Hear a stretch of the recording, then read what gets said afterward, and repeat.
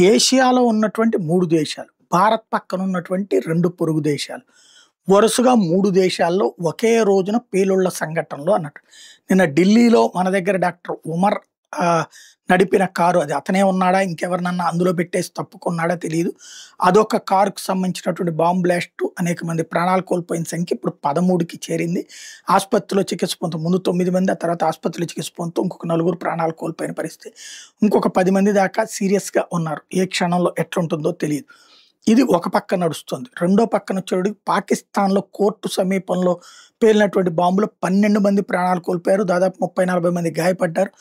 అక్కడ భారతదేశం పేరు చెప్తే ఇక్కడ పాకిస్తాన్ పేరు ఇంకా భారత ప్రభుత్వం ఏం వాడలేదు.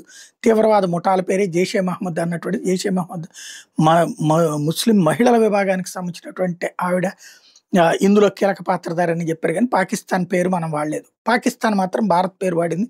వాళ్ళ దేశంలో జరిగిన పేలుళ్ళు. ఇదంతా ఒక ఎత్తైతే బంగ్లాదేశ్‌లో ఒకే రోజున వరుస పేలుళ్ళు. మొన్న చోటు చేసుకుని నాటు బాంబులు విసిరినటువంటి సంఘటనలు, నిన్న కూడా వివిధ ప్రదేశాల్లో బాంబులు విసిరినటువంటి సంఘటనలు చోటు చేసుకున్నాయి. 13వ తారీఖున అక్కడ ఉద్యమం జరగబోతుంది.